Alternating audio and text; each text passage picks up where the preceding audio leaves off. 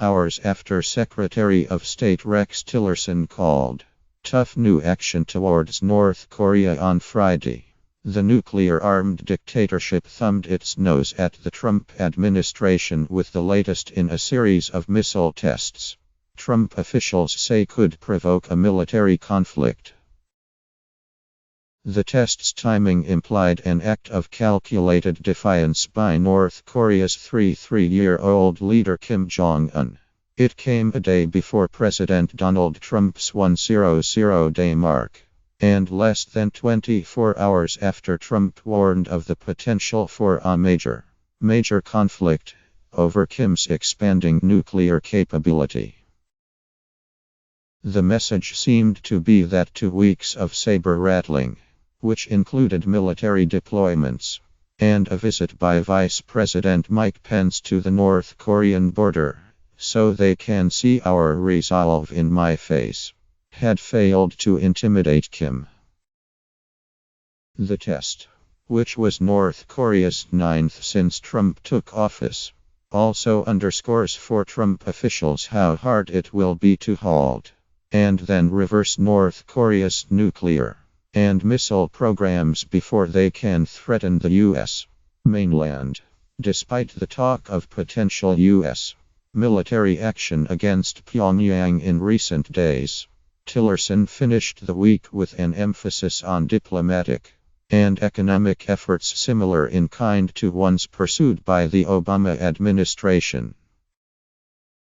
Presiding over a special session of the United Nations Security Council on Friday, Tillerson called for a new approach to the nuclear-armed dictatorship.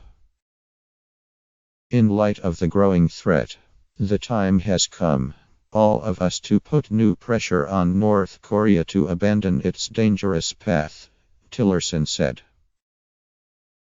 But in broad strokes, much of what Tillerson said was familiar. U.S. officials have long advanced a policy similar to Tillerson's call for increased diplomatic and economic pressure on the North Korean regime, paired with the promise of negotiations. Last February, then UN Ambassador Samantha Power told the same body that forthcoming UN sanctions backed by Washington would constitute a major increase in pressure on Pyongyang.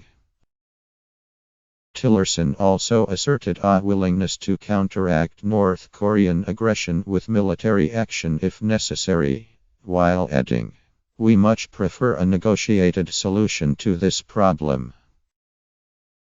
That echoed remarks from his predecessor, John Kerry, who said in October that sanctions and diplomacy are entirely preferable, obviously, to the military choice, which is a last resort and only as a matter of defensive measure to protect our nations. Former Obama officials say the main difference in Trump's approach so far is largely a matter of stagecraft. Trump summoned the entire U.S. Senate to the White House on Thursday, for example, for a briefing on North Korea. Many senators called uninformative but which commanded media attention. Underlying the theatrics, though, Trump's strategy is mainly based on pressuring China to further constrict North Korea's economy, something Obama also did, albeit cautiously, for fear of poisoning the U.S.-China relationship. Beijing fears a sudden collapse of Kim's neighboring regime and prefers negotiations to extreme pressure. It appears from their more formal moves, the official strategy on North Korea is not all different from the one pursued late in the Obama administration, said Laura Rosenberger, a former Obama White House and State Department official who has worked closely on North Korea policy. A Trump official said Thursday that the biggest shift is a change in priority for the issue. Is it different from the Obama administration's policy?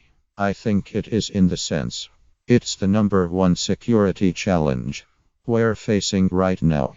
according to the administration and the president, said Susan Thornton, acting Assistant Secretary of State for East Asian and Pacific Affairs, at a Thursday Foundation for Defense of Democracy's event. But even a shift in rhetoric is a meaningful change, say Trump's defenders. The effectiveness of some of the hard instruments of American power depend on its credibility. And that's where the theatrics of the Trump administration can be very useful in sending a message to Pyongyang, said Mark Dubowitz, CEO of the Foundation for Defense of Democracies, told Politico after interviewing Thornton. So much of this is about psychology, not just diplomacy and sanctions and the use of other instruments of American power, he added. Skeptics say the rhetoric and actions of Trump officials has been too scattershot to intimidate Kim, and may create an impression of strategic confusion in Washington.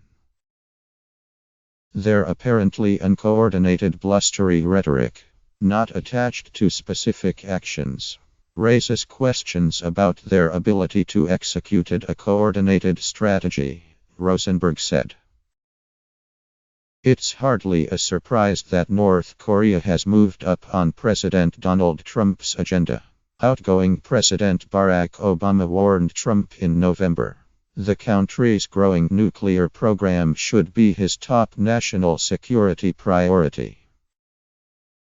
Obama White House officials also handed off detailed options Trump to address the North Korean crisis, though they are unsure whether top Trump aides including Matt Pottinger and Ellison Hooker, the National Security Council's top aides for Asia and Korea respectively, have relied on them.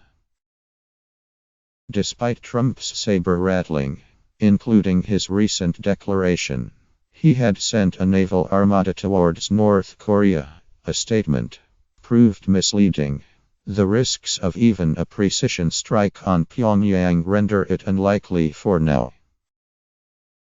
People who are writing headlines about war have it wrong, said Patrick Cronin, an Asia security expert at the Center for a New American Security. Kim Jong-un would see any attack on him as a regime change strategy, and he would respond to an unacceptable degree. North Korea has the world's fourth largest military, and is capable of devastating the South Korean capital of Seoul with a cross-border artillery bombardment. Even an all-out surprise U.S. attack on the North might not be able to prevent a catastrophic counterattack, including, possibly, a nuclear one that could kill tens of thousands of South Koreans, and many of the 28,500 U.S. troops stationed in the country. If you're going to do preemption, you'd better get it all, said one former senior Defense Department official. Despite occasional reports of planning for a so-called decapitation, any strike could take out Kim, and his inner circle would have dangerously unpredictable consequences. Kim's survival would guarantee all-out war, and his death would touch off a wild scramble for power. You could easily end up with a civil war on the inside, Graham Ellison, a professor at Harvard's John F. Kennedy School of Government, said in a Thursday talk at the Center for the National Interest. We'll take our side and the Chinese will take their side. And that's a scenario where the two could start fighting.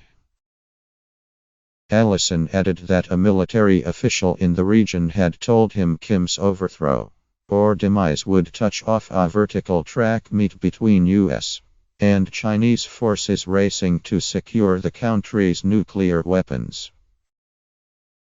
Obama officials studied the military option thoroughly, but concluded it to be impractical short of a dire situation like an imminent North Korean attack.